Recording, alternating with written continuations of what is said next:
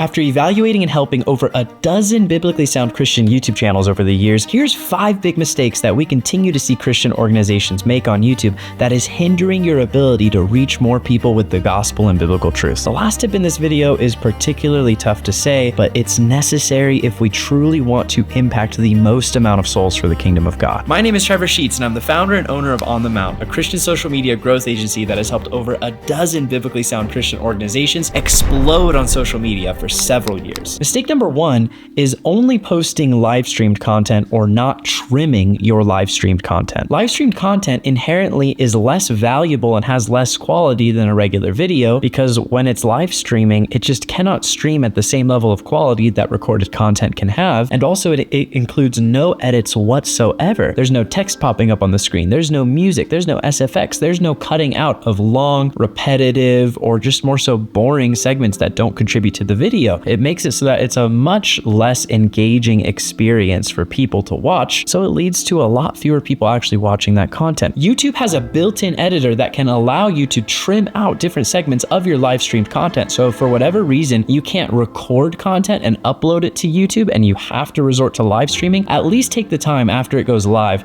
to trim out the intro, the outro, and any other unengaging or irrelevant segments that are in that video. The second big issue we continue to see Christian organizations make on YouTube is posting too frequently. For some reason, Christian pastors and ministry leaders think that frequency is the key to thriving on social media. And I've seen ministries and churches post frequently for years and see very little results, just a few hundred subscribers and very low views, usually under 100 with each video, but they keep doing it thinking that that's the key to success. Usually posting frequently is actually causing your channel to perform worse than it otherwise would. Check out this screenshot of a Christian ministry on YouTube that posts once a day, and even though they have 35,000+ subscribers, they're only getting several hundred to the low thousands of views each video when they should be getting 3,000, 4,000, 5,000 views each video with an audience of that size. Whereas on the other hand, you have this YouTube channel that's posting once every week or two, and they're getting an absurd amount of views with every single video. Why is this? It's because when you post frequently, there's 2 big issues. Number 1, people don't have the time to watch every single video you upload. People go on YouTube a couple times a week to watch the content that's most appealing to them, and if they see that your YouTube channel has 5 new videos, they simply don't have the time or even the desire to usually watch all of them. It leads to them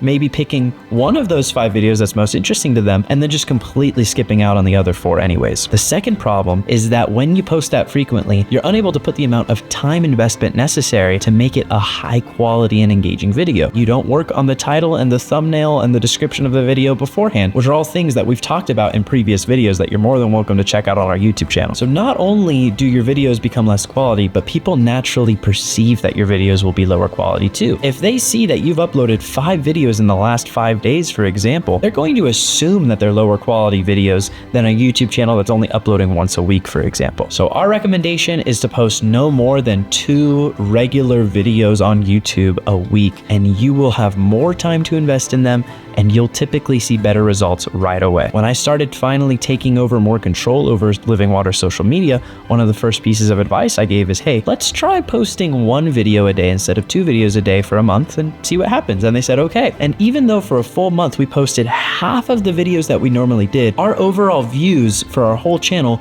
doubled in that month. And then a few months later, when I encouraged them to cut back on content again to just 1 video every other day, views exploded yet again because more people had time to watch each video and we had time to put more quality and effort into each video. The third big issue that I consistently see with Christian churches and ministries on YouTube is frequently introducing their ministry at the beginning of the video. Here's what I mean. You see an interesting video that's talking about a biblical perspective on a brand new movie that just released, and you click it to watch it. And it takes them a full 1.5 minutes to actually get into the content of the video where they start addressing the movie from a biblical topic. Instead, when you click the video, they immediately start talking about their ministry. Hi, my name's Trevor. I'm the founder of On the Mount. Thanks so much for coming to my YouTube channel. If you haven't yet, make sure you like this video and blah, blah, blah, blah, blah, and on it goes. Or they explain their ministry. I founded this ministry because I had a desire to read, and they just go on and explain this, and they do this with every single video. Or they have the same pre-recorded segment play at the beginning of every video. Unfortunately,